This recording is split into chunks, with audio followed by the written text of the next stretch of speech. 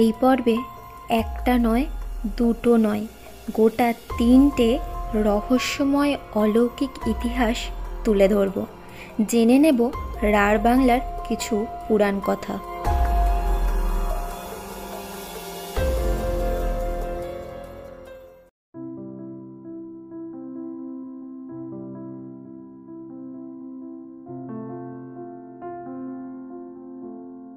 Hello everyone, welcome to our channel Riktam and Susmita's lifestyle. তোমরা সবাই কেমন আছো? আশা করি ভালোই আছো। যাই হোক, আজকে কিন্তু সকাল সকাল বেরিয়ে পড়লাম একটা নতুন যাত্রার উদ্দেশ্যে। তবে সেটা বাড়ির কাছেই আছে, আমাদেরও এবং তোমাদেরও। অফিসের কাজ, শহরের কোলাহল যদি একঘেয়ে লেগে থাকে, তাহলে একদিনের জন্য মন ভালো করার জায়গা হলো এটাই, যেটা আজকের ভিডিওতে তুলে ধরব। তাই স্কিপ না করে আমাদের সাথে চলো জঙ্গল সাফারিতে, আর জেনে নাও কিছু পৌরাণিক তথ্য।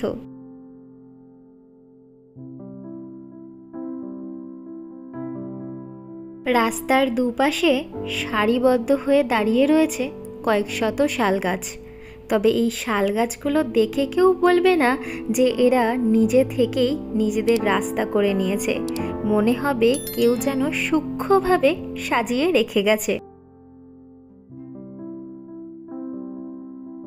মেঘের বুক জীর্ণ করে গাছের পাতার ফাঁক থেকে উকি ঝুঁকি দিয়ে খেলছে রোদ।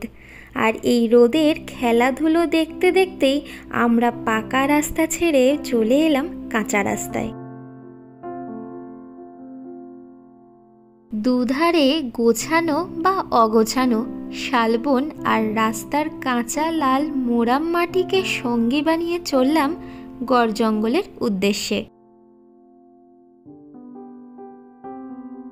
গড় জঙ্গল হিন্দু পুরাণ, বিশেষ করে শাক্তের একটি গুরুত্বপূর্ণ স্থান। এটি পশ্চিমবঙ্গের পশ্চিম বর্ধমান জেলার দুর্গাপুর মহকুমার কাঁকসা সিডি ব্লকে অবস্থিত। এই গড় জঙ্গলের সাথেই জড়িয়ে রয়েছে কিছু পুরাণ কথা এবং অজানা ইতিহাস। ইতিহাসে না হয় একটু পরেই আসছি, তবে এই জঙ্গলের ঘনত্ব দেখে গা কিন্তু বেশ ছমছম করছে। তবে এটাও কিন্তু বেশ দারুণ অভিজ্ঞতা। তবে একটা মজার কথা বলি, এই রাস্তায় আসতে গেলে কিন্তু তোমাদের নৌকো ভ্রমণ করতে হবে না। এই রাস্তাটাই তোমাদেরকে মনে করাবে যে তোমরা নৌকোতে যাচ্ছ।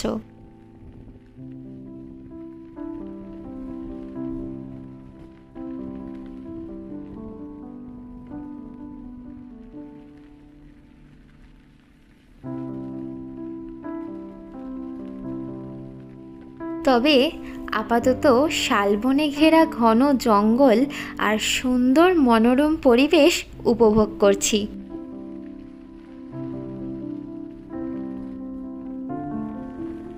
একটা জিনিস তোমরা কি লক্ষ্য করেছো? এই রাস্তার কিন্তু অনেক সুন্দর আঁকাবাঁকা পথ রয়েছে, আর সেই পথগুলোর চারিপাশেও কিন্তু খুব সুন্দর গাছ দিয়ে ঘেরা। আমার বেশ ভালো লাগছে। তোমাদের কীরকম লাগছে এই জঙ্গল ভ্রমণটা আপাতত, সেটা কিন্তু জানিও।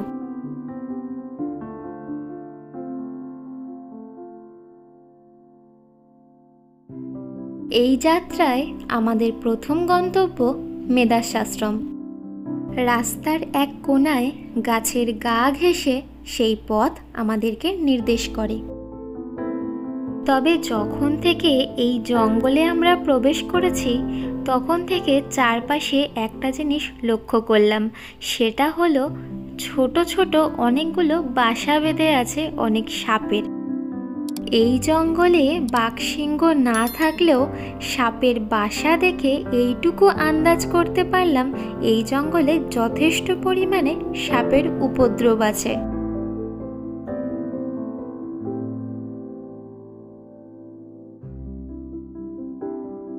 দেখতে দেখতে মেধাস আশ্রমের কাছাকাছি প্রায় অনেকটাই চলে এলাম।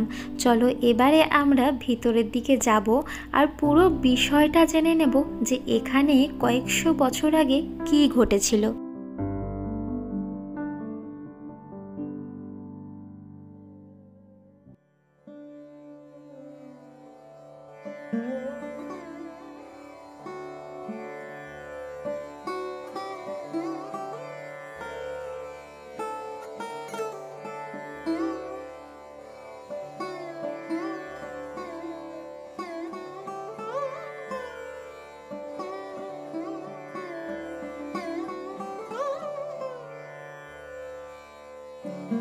মহর্ষি মেধাসের আশ্রম, যেটাকে বলা হয় মেধাস আশ্রম, পুরাণ ও ইতিহাস মিলিত রয়েছে এই ভূমিতে। এখানে গড় ছিল ইছাই ঘোষের, ইছাই ঘোষ বা ঈশ্বর ঘোষ।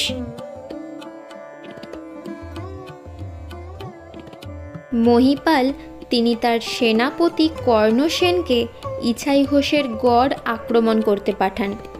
ইছাই ঘোষ ছিলেন দেবী চণ্ডীর ভক্ত, তাকে পরাস্ত করা ছিল সকলের সাধ্যের বাইরে। কিন্তু কর্ণসেন ও রঞ্জাবতীর পুত্র লাউসেন পরবর্তীকালে ইছাই ঘোষকে যুদ্ধের জন্য প্রলোভন দেন।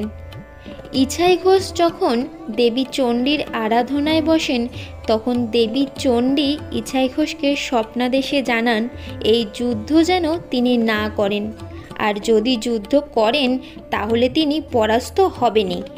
তবুও তিনি সেই যুদ্ধটি করেন এবং পরাজিত হন।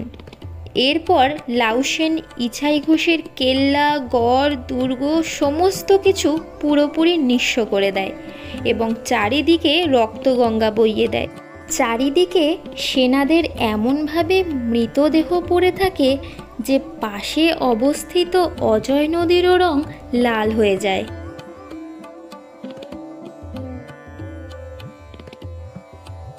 পরবর্তীকালে ইছাই ঘোষের মৃত্যুর কয়েকশো বছর পর 1833 সালে ব্রিটিশরা আর্কিওলজিস্ট ডিপার্টমেন্টকে নিয়ে এসে খনন কার্য করেন। তখন তার মাধ্যমে একটি তাম্রলিপি খুঁজে পাওয়া যায়। এখানেই রয়েছে লাউসেনের দ্বারা ধ্বংস হয়ে যাওয়া ইছাই ঘোষের গড়ের পাঁচিল, যার অবশিষ্ট কিছুই নেই, রয়ে গেছে তার শুধু ইতিহাস। সেই সময় যে তাম্রপত্রটি উদ্ধার হয়, সেই তাম্রপত্রের প্রথমেই ইছাই ঘোষ অর্থাৎ ঈশ্বর ঘোষের নাম পাওয়া যায়। ইছাই ঘোষ ছিলেন এক সামন্ত রাজা। তাম্রপত্র থেকে বোঝা যায় এই অঞ্চলটি ইছাই ঘোষের প্রতিপত্তি ছিল। এই মুহূর্তে আমরা দাঁড়িয়ে রয়েছি তেঁতুল গাছের সামনে। কম বেশি তোমরা সবাই চেনো যে তেঁতুল গাছ কীরকম দেখতে হয়। তবে খুব আশ্চর্য না যে এই তেঁতুল গাছে একটাও কেন তেঁতুল নেই?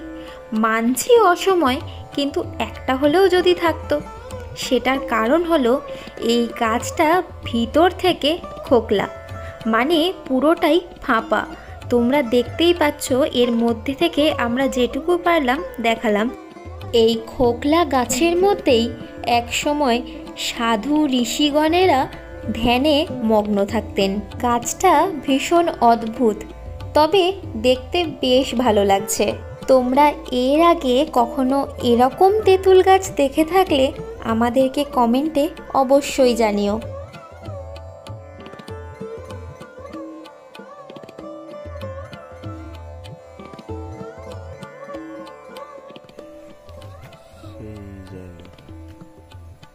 এর ভেতরেই সাধুরা তপস্যা করতেন, গাছের ভিতরে। চলে এবার আমরা অন্য কিছু দেখায়। বেশ ভাল লাগলো গাছটা দেখে। আপনাদের কেমন লাগলো বলবেন কমেন্ট করে। যতটা পেরেছি দেখাবার চেষ্টা করেছি। বেশি ভেতরে ক্যামেরা নিয়ে যায়নি, কারণ কি ভয় লাগছিল বা যেন সাপ খোপ থাকলে।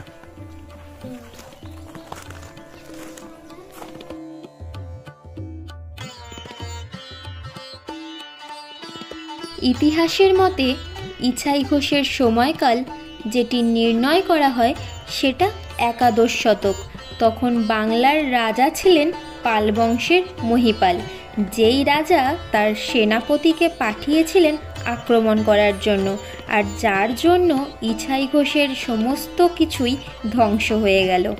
তবে মানুষের স্থাপত্য কখনো শেষ হয় না, তাই এখানেই আষ্টে পৃষ্ঠে জড়িয়ে ধরে রয়েছে ইছাই ঘোষের গড়ের গল্প। তবে গল্প হলেও সত্যি, যেটা আমরা ইতিহাসেই খুঁজে পাই। মেধাশ্রমের মধ্যেই রয়েছে খুব সুন্দর একটি মহাদেবের মন্দির। মন্দিরটি দেখতে কিন্তু বেশ নতুন লাগছে, তবে নতুন ভেবে ভুল করো না, মন্দিরটি পুনর্নির্মিত করা হয়েছে।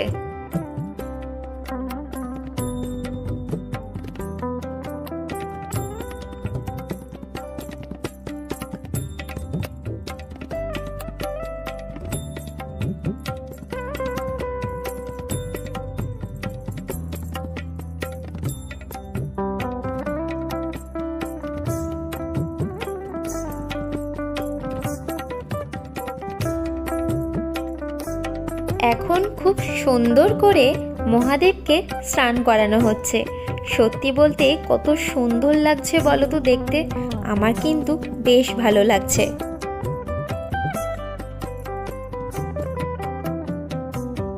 মার্কেন্ডেয় পুরাণ অনুসারে বলিপুরের রাজা ছিলেন রাজা সুরথ, যদিও বলিপুরকে এখন আমরা বোলপুর নামেই জানি। রাজা সুরথ তার মন্ত্রীদের ষড়যন্ত্রেই নিজের রাজ্যপাট হারান। তারপর রাজা সুরথ পালিয়ে আসেন এই গড় জঙ্গলে। মেধাস মুনির আশ্রমও ছিল এই জঙ্গলেই। তখন রাজা সুরথ আশ্রয় নেন এই মেধাস মুনির আশ্রমে। তখন মেধাস মুনির পরামর্শে রাজা প্রথম এখানে দেবী দুর্গার পূজা করেন, আর তখন সেটা ছিল বসন্তকাল।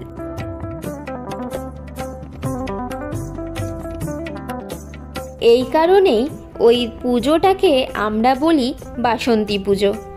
মার্কেন্ডেয় পুরাণ অনুসারে রাজা সুরথ প্রথম বাসন্তী পুজো চালু করেন। বাসন্তী পুজোর পরে বাসন্তী মায়ের আশীর্বাদ পেয়ে তার রাজ্যপাট আবার ফিরে পান। এই ছিল মেধাস আশ্রমের গল্প। এটা মোটামুটিভাবে জঙ্গলে পরিণত হয়েছিল। তারপর 1992 সালে একজন নাগা সাধু আসেন এবং পুনরায় পুজো শুরু করেন। এটিই হলো মেধাস আশ্রমের অখণ্ড হোমযজ্ঞ কুণ্ড। যেই হোমযজ্ঞের কুণ্ডের কাঠগুলো 30 বছর আগে জ্বালানো হয়েছিল, সেই আগুন এখনো অক্ষত আছে।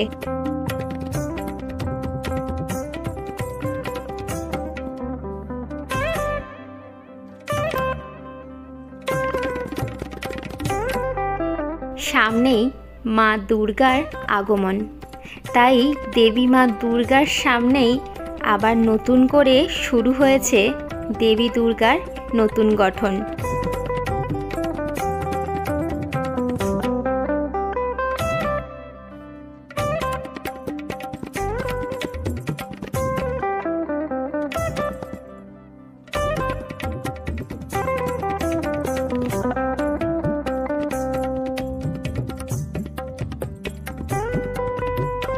তোমরা আমাদের ইন্সপিরেশন। আমরা তোমাদের ফিডব্যাকের ভিত্তিতেই ভিডিও বানাই। এখন তোমরাই যদি সাবস্ক্রাইব না করো, তাহলে আমাদের ইচ্ছে শক্তি অনেকটাই কমে যাবে, কারণ তোমরাই আমাদের মনের জোর। নিচে দেওয়া ডেসক্রিপশানে সব লিংক উল্লেখ করা আছে। আরও নতুন ভিডিও পাওয়ার জন্য আমাদের ইউটিউব চ্যানেলটিকে সাবস্ক্রাইব করো। আর হ্যাঁ, তার সাথে বেল আইকনটা প্রেস করতে একদম ভুলবে না, যাতে আমরা যখনই কোনো নতুন ভিডিও পোস্ট করব সবার আগে যেন তোমাদের কাছেই পৌঁছয়।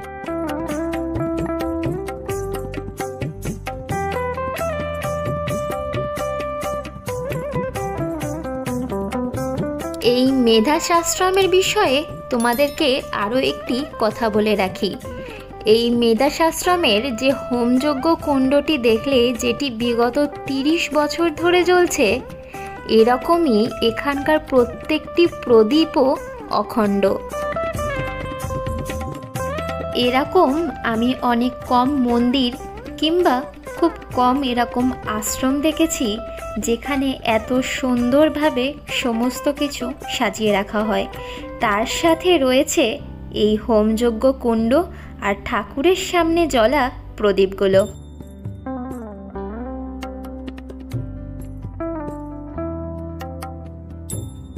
আমি তো বলবো এখানে একবার হলেও ঘুরে যেতে, যেখানে বাসন্তী পুজো সবার প্রথম শুরু হয়। মেধাস আশ্রমের আরও একটি গুরুত্বপূর্ণ বিষয় হলো এখানে খুব সুন্দর গোশালা আছে, যেখানে অনেক গোমাতা বাস করেন।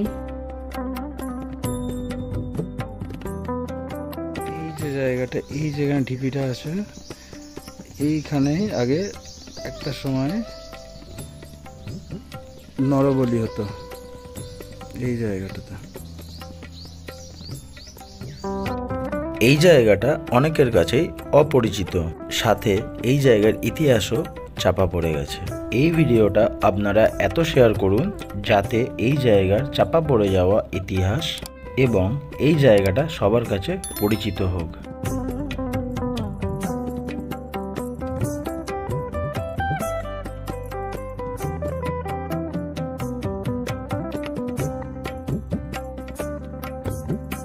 সত্যি বলতে আজকে আমরা জঙ্গল সাফারিতে যদি না বেরোতাম তাহলে আমাদের কাছে ইতিহাসটা ইতিহাস হয়েই রয়ে যেত।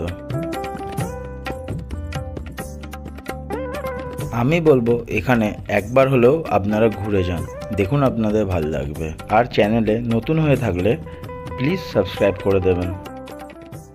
এই যে ভূমি, এটা তপভূমি। পূর্বকালে মেধা ঋষি তপভূমি ছিল। তারপরে রাজা বোলপুরে রাজা সুরত, আজকে সুরতেশ্বর মন্দির আছে, বিশাল মন্দির আজকে সব সুন্দর হয়েছে। ওখান থেকে রাজা সুরত 3 যোজন ব্যবধানে, মানে 36 কিলোমিটার ব্যবধানে উনি এই নদী পার হয়ে উপরে সুগর বলে একটা গ্রাম আছে, ওটাই সুগর। উনি এখানে এসে মেধা ঋষি আশ্রমে এসে উনি আশ্রয় নিয়ে উনি তার নির্দেশে দুর্গাপূজা শুরু করেছিলেন। এখান থেকে মাটির প্রতিমা দিয়ে, যে মৃন্ময়ী প্রতিমা দিয়ে দুর্গাপূজা এখানে নদীর তীরে বেদি বানিয়ে উনি শুরু করেছিলেন। তা সেই থেকেই দুর্গাপূজা বাংলার প্রচলন হলো। যে প্রথম দুর্গাপূজা শুরু এখান থেকে রাজা সুরত প্রাচীন যুগে এখানেই দুর্গাপূজা শুরু করেছিলেন। তবে রাজা সুরত যে দুর্গা দেবীর আরাধনা করে রাজ্য লাভ হয়, রাজ্য লাভের পরে মধামণির নির্দেশে উনি দেবীকে প্রতিষ্ঠা করেছিলেন, মহাকালী, মহালক্ষ্মী, মহাসরস্বতী, 3 দেবী আর পরেশ্বর মহাদেব ভৈরব। তাই সেই মাটির তলায় ছিল, পুনরুদ্ধার হয়েছে, এসব মন্দির পুনরুদ্ধার হয়েছে, ধ্বংসস্তূপে ঢাকা ছিল। আর চারিদিকে সুরক্ষার জন্য একটা পাঁচিল দিয়ে ঘিরে দিয়েছিল, এটাকে গড় বলে, সুরত গড় নামে পরিচিত। এ হলো প্রথম দুর্গাপূজা শুরু। আর পরবর্তীকালে অনেক রাজন্যবর্গ এখানে মায়ের আরাধনা করে গেছেন, যেমন ধর্মপাল, ইচাই ঘোষ, দেবচোদনী, ভবানী পাঠক, এদেরও ইতিহাস আছে। এদের ইতিহাসে অনেক কাহিনী আছে, অনেক যুদ্ধ বিগ্রহ হয়েছিল সেনার সঙ্গে। ইচাই ঘোষের ধর্মপাল ছিলেন, ধর্মপালের সময় এখানে কাপালিক থাকতো, স্থানে ওখানে বলি হতো, যে নরবলি হতো, এসব ব্যাপারগুলো ইতিহাসে জড়িয়ে আছে। এটা খুব প্রাচীন ভূমি। আর এখানে দেবী খুব জাগ্রত। সকাল সন্ধ্যা আরতি পূজা হয়, প্রত্যেকটা মন্দিরে অখণ্ড প্রদীপ জ্বলে, মায়ের 2 বেলা 3 বেলা ভোগ হয়। আর একটা বড় জিনিস হলো গোশালা আছে, মায়ের অনেক গরু আছে, সেই গরু গোমাতার সেবা, ভগবতীর সেবা, এইসবগুলো নিয়ে আমাদের চলে বাবা। আর কি বলবো, খুব প্রাচীন ভূমি, ইতিহাসে পুরাণে মার্কণ্ড পুরাণ, দেবী ভাগবত। কোন কোন ভগবানের মন্দির আছে এখানে? হ্যাঁ বা কোন কোন ভগবানের? এখানে ভগবানের মন্দির একটা মহাবিষ্ণুর মন্দির আছে, সেটা এখন তৈরি হয়নি, ওদিকে আছে। আর একটা মহাদেব ভোলেনাথের মন্দিরটা তৈরি হয়েছে। আর 18 ভুজা দুর্গা, দুর্গার 3টে অবতার, একটা মহাকালী, মহালক্ষ্মী, মহাসরস্বতী। তার দুর্গা দেবীর 3 অবতারের মহিমা রাজা সুরত আর সমাধি বস্য শ্রবণ করেছিলেন মেধামণির মুখে। আর সেইটা হচ্ছে দেবী চণ্ডী রচনা ভূমি, যেখানে সপ্তশতী চণ্ডী এখানে রচনা হয়েছে। যে চণ্ডী পাঠ হয় সারা ভারতবর্ষে বিশ্বব্যাপী, সেই চণ্ডীটা এখানেই রচনা হয়েছে। আর চণ্ডীর 3 দেবী হচ্ছে মহাকালী, মহালক্ষ্মী, মা সরস্বতী। এই তিন দেবীর 3 মহাত্মা এর রূপ, এর মহিমা বর্ণন করেছিলেন রাজা সুরত শ্রবণ করেছিলেন, মেধা ঋষি বলেছিলেন। এটা হলো সপ্তশতী চণ্ডী, 700 শ্লোক। তাই এই দেবীর সব ধ্বংসস্তূপে সব মাটির তলায় ঢাকা ছিল।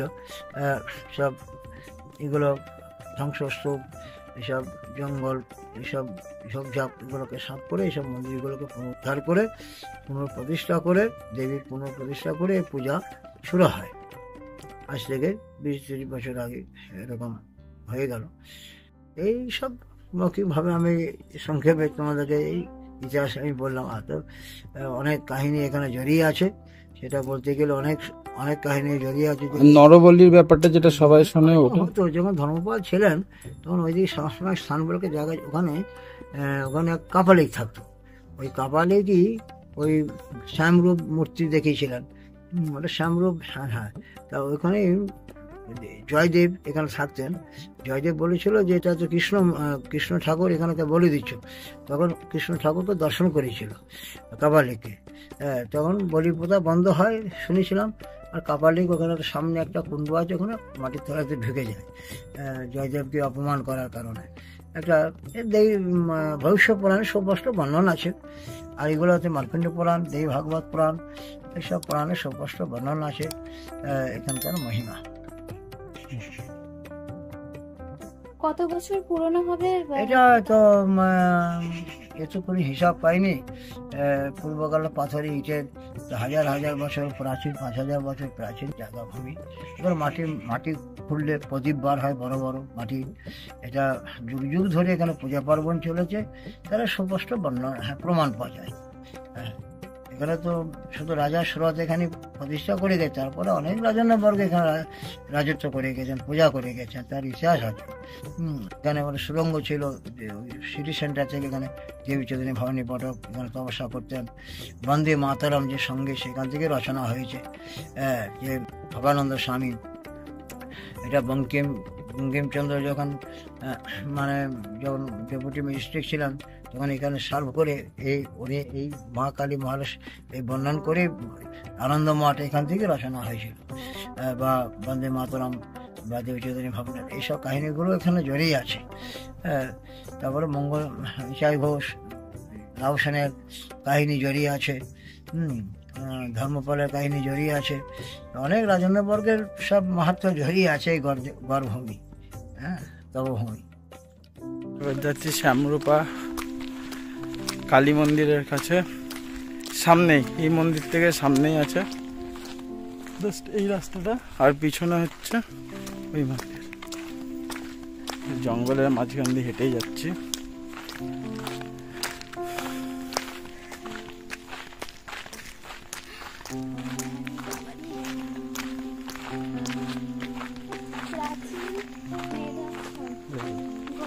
লেখা আছে প্রাচীন মেধাশ্রম থেকে।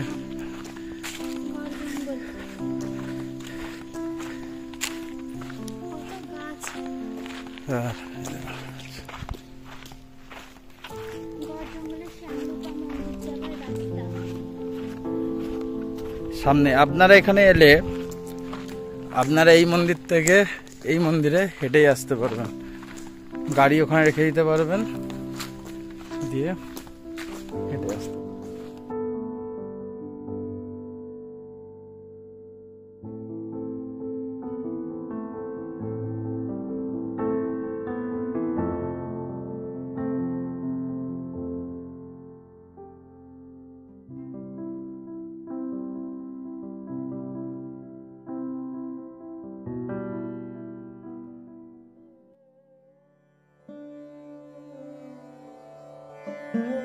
শ্যামরূপা কালী মন্দির, যেটি মেধাশ্রমের থেকে মাত্র 500 থেকে 600 মিটারের ব্যবধানে অবস্থিত। রাজা লক্ষণ সেনের আমলে একজন কাপালিক থাকতেন, যিনি নরবলি দিতেন। সেই সময়ে দিল্লির সুলতান ছিলেন বখতিয়ার খিলজি। তার আক্রমণে লক্ষণ সেন গৌড় সাম্রাজ্য ছেড়ে গড়ের জঙ্গলে আশ্রয় নেন। এই গড়ের জঙ্গলে এসে এই কাপালিকের সঙ্গেই পরিচয় হয়। তখন কাপালিক লক্ষণ সেনকে এখানে দেবী মূর্তি প্রতিষ্ঠা করতে বলেন এবং বলেন তিনি যদি এখানে দেবীর মূর্তি প্রতিষ্ঠা করেন তাহলে তাকে কোনো দিনও কেউ পরাস্ত করতে পারবে না। লক্ষণ সেন যখন কাপালিকের বিষয়ে সমস্ত কিছু জানতে পারেন যে তিনি নরবলি দেন, তখন তিনি কাপালিককে বলেন তোমাকে নরবলি থেকে বিরত থাকতে হবে, কিন্তু কাপালিক সেই কথায় রাজি হননি। এখন আমরা আছি ওয়াচ টাওয়ারের সামনে, আর এখন সিঁড়ি দিয়ে ওপরে উঠে যাচ্ছি আর তোমাদেরকে ওপর থেকে দেখাবো যে গড় জঙ্গল কতটা সুন্দর লাগে। ফিরে আসি আবার গল্পতে। কাপালিক তো লক্ষণ সেনের কথায় রাজি হলো না। তারপর মন্দিরে প্রতিষ্ঠার দিন কাপালিক যখন নরবলি দিতে যান, তখন লক্ষণ সেনের সভাকবি ছিলেন জয়দেব, যিনি গীত গোবিন্দ রচনা করেছিলেন। তিনি তখন কাপালিককে জোর করে বাধ্য করায় নরবলি থেকে বিরত থাকার, কিন্তু কাপালিক তবুও রাজি হননি। তখন তিনি এই দেবী মূর্তির সামনে দাঁড়িয়ে প্রার্থনা করতে থাকেন, আর তখনই একটি অলৌকিক ঘটনা ঘটে। যে দেবীর মূর্তি এখানে প্রতিস্থাপন করা হয়, সেই দেবীর মূর্তি কৃষ্ণকালী রূপে রূপ ধারণ করেন। এখানে কৃষ্ণ বলতে শ্রীকৃষ্ণের যেই বর্ণ ছিল সেই বর্ণ, অর্থাৎ শ্যামবর্ণ নিয়েই মা কালী রূপ ধারণ করেন। সেই দিন থেকে এই দেবী শ্যামারূপা নামেই পূজিত হন। এই ওয়াচ টাওয়ারের উপর থেকে এই গড় জঙ্গলের প্রাকৃতিক দৃশ্যটা আপনাদের কেমন লাগলো? আমার তো বেশ ভালো লাগলো। কমেন্ট করে অবশ্যই জানাবেন যে আপনাদের কেমন লাগলো। ওয়াচ টাওয়ারের নিচে কিন্তু খুব সুন্দর বসবার জায়গা করা আছে, আর খুব সুন্দর ছায়া প্লাস হাওয়া। এই দুই মন্দিরেই কিন্তু ভোগ প্রসাদ খাওয়াবার ব্যবস্থা করা আছে। আমি ফোন নাম্বার ডিসক্রিপশনে দিয়ে দেব। আর হ্যাঁ, ভোগ প্রসাদ খেতে চাইলে আগে থাকতে আপনারা কন্ট্যাক্ট করে নেবেন।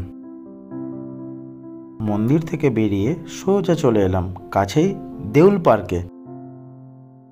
সামনে যেটা দেখছেন সেটা হচ্ছে দেউল কনজারভেশন রিজার্ভ। জানেন কি এখানে কি আছে? এখানে আছে অনেক হরিণ আর তার সাথে অনেক ময়ূর। কিন্তু একটা কথা, আমাদের কপাল খুব খারাপ ছিল, আমরা ডিয়ার দেখতে পাইনি। কিন্তু একটা দেখতে পেয়েছি, কিন্তু ওটা অনেক দূরে ছিল, ছোট্ট মতো। কাইন্ডলি এই পার্কের বোর্ডটা কিন্তু প্লিজ স্টপ করে একবার দেখে নেবেন কত কি এন্ট্রি ফিজ আছে। এই যে কাঠের যে ডিজাইনগুলো দেখতে পাচ্ছেন, কাঠের গুঁড়ির মতো, এগুলো কিন্তু সম্পূর্ণ কিন্তু সিমেন্টে বানানো। ভুলে বসবেন না কিন্তু, যেটা অরিজিনাল কাঠের। চলুন এবার টিকিটটা কেটে নিই। চেনেন কি এনাদের? এনারা হচ্ছে সিধু আর কানু। বাইরে অনেক রোদ, অনেক গরম। দেখুন পার্ক, দেখুন পুরো ফাঁকা, কেউ আসেনি এই সকালবেলায়। আমরা এলাম শুধু আপনাদের সাথে ব্যাপারটা শেয়ার করার জন্য। ভালো লাগলে অবশ্যই কিন্তু কমেন্টস করবেন। যতটা পারি ভিতরে ঢুকে আপনাদের এই ভিউটা না দেখাবার চেষ্টা করি, তাই আপনাদের ভালো লাগাটা আমাদের কাছে কিন্তু খুব জরুরি।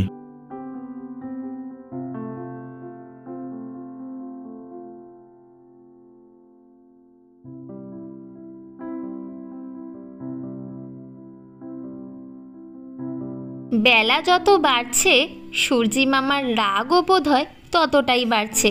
তাই জন্য বেশি দেরি না করে স্পেশাল পারমিশন নিয়ে গাড়িটার সাথে ঢুকে পড়লাম আমরা পার্কের মধ্যে। পার্কের মধ্যে ঢুকেই দেখতে পারি খুব সুন্দরভাবে সাজিয়ে গুছিয়ে রাখা হয়েছে গাছগুলোকে, তার সাথে খুব সুন্দরভাবে মেনটেন করা হয়ে আছে। তবে এই পার্কের আরও একটি বৈশিষ্ট্য আছে, সেটা হলো অনেক রাইড আছে। তবে রাইডগুলো কি সেগুলো একটু পরে বলছি। এই পার্কে আরও কিছু ফ্যাসিলিটি আছে। এখন যেটা দেখতে পাচ্ছ ডান দিকে, ওটা একটা কটেজ। তোমরা চাইলে এখানেও স্টে করতে পারো। আর তাছাড়াও সামনে যে বিল্ডিং মতো দেখছো, এইটা হলো এই পার্কেরই গেস্ট হাউস, তোমরা চাইলে এখানেও স্টে করতে পারো। সবাই চায় যেখানে থাকবো সেই জায়গাটা একটু ঠিকঠাক হোক, আর সেই জন্যই চলে এলাম কটেজ দেখতে। চলো দেখি কটেজটা কিরমভাবে গোছানো আছে। কটেজের আউটলুকটা আমার কিন্তু বেশ ভালো লাগছে, চারিদিকে গাছপালা আর মাঝখানে কটেজ। কটেজের ভিতরে পেয়ে যাবে একটা সোফা, ডাবল বেড, সাথে এসিও থাকবে, আর তার সাথে অ্যাটাচ ওয়াশরুম, যেমনটা হয় ঠিক তেমনটাই। আরেকটা কথা বলে রাখি, এটা কিন্তু আমাদের কোনো রকম প্রমোশনাল অ্যাড নয়, এটা আমরা দেখালাম যাতে তোমাদের সুবিধা হয়। তোমরা যদি কখনো এখানে আসো, তোমাদের থাকতে কোনো অসুবিধা যাতে না হয়। এবারে আসি এখানকার রাইডের বিষয়ে। এই পার্কের কিছু রাইডের বিষয়। এখানে কিন্তু অনেক ধরনের রাইড আছে, তাও খুব কম পয়সায়। এখানে রাইডের মধ্যে পেয়ে যাবে kids train, baby ride, striking car, family train, 4 seater boating, 2 seater boating, এরকম আরও অনেক কিছু। এবারে দেউল পার্ক থেকে বেরিয়ে যাচ্ছি দেউলেরই প্রধান আকর্ষণের উদ্দেশ্যে। সেটা কি ভাবছো, তাই না? তবে চলো যাওয়া যাক।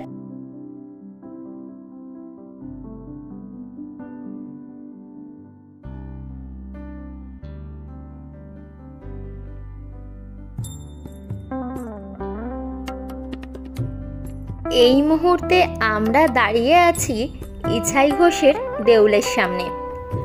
মন্দিরটি 1800 শতকের মাঝামাঝি সময় তৈরি হয়েছিল। এটা ইছাই ঘোষ নিজে বোধহয় তৈরি করেননি, এটা বোধহয় ইছাই ঘোষের পরবর্তী জেনারেশনের কেউ ইছাই ঘোষের স্মৃতির উদ্দেশ্যে তৈরি করে থাকতে পারে, তবে এটা নিয়ে মত পার্থক্য আছে।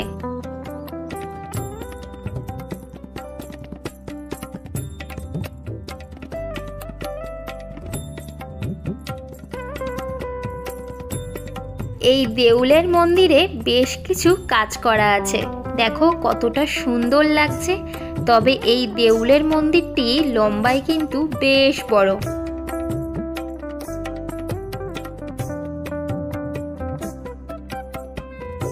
এই মন্দিরের ভিতরে প্রতিষ্ঠিত আছেন দেবেরও দেব মহাদেব। তবে তোমরা যদি এই মন্দিরে এসে খালি পায়ে ঘুরবে বলে ভেবে থাকো, তাহলে একটু সাবধানে ঘুরো, তার কারণ আমাদের পায়ে কিন্তু যথারীতি এক ধরনের কাঁটা ফুটেছে। তবে এই কাঁটাগুলো কিন্তু ছিল একটা পাতার মধ্যে, আর পাতাগুলো খুব সূক্ষ্ম যে বোঝা যায় না। তোমরা যদি জেনে থাকো এটা কোন গাছের কাঁটা হতে পারে, তাহলে কিন্তু অবশ্যই কমেন্টে জানিও। এই মন্দিরটি ইছাই ঘোষ কিংবা তার পরিবারের কারোর দ্বারা নির্মিত। তবে ইছাই ঘোষ কে, সমস্তটা ভিডিওর শুরুতেই আমরা আলোচনা করে নিয়েছি, সাথে জেনে নিয়েছি তার সম্পূর্ণ ইতিহাস। এই গরমে আমি তো রেকমেন্ড করব, একটা মানুষ নয় বাইরে, আমি এটাই রেকমেন্ড করতে চাই, এখন আসবেন না, ঠান্ডা পড়ুক তারপরে আসবেন এখানে। আপনার জন্য আমি এসেছি যাতে আপনারা এখানে শীতকালে আসতে পারেন, কিন্তু আমি তো বলবো যে এখন আসার দরকার নেই। এখন এলে একটা লোকও দেখতে পারবেন না, এত গরম এখানে, এত গরম। ওটা গরমের মধ্যে আমরা ভিডিও করতে এসেছি, এটা নয় যে আমরা তোমাদেরকে ইমোশনাল ব্ল্যাকমেল করব, এমনটা নয়। তোমাদের জন্যই কিন্তু আমরা এসেছি, আর আমাদের দৃষ্টি দিয়ে যতটুকু সম্ভব ততটুকু তোমাদের সামনে কিন্তু পুরোটা তুলে ধরলাম। আর তোমাদের যদি এই ভিডিওটা ভালো লেগে থাকে তাহলে আমাদের চ্যানেলটিকে সাবস্ক্রাইব করে নিও, আর লাইক, শেয়ার, কমেন্ট করতে একদম ভুলবে না। থ্যাংক ইউ, ভালো থাকবেন সবাই।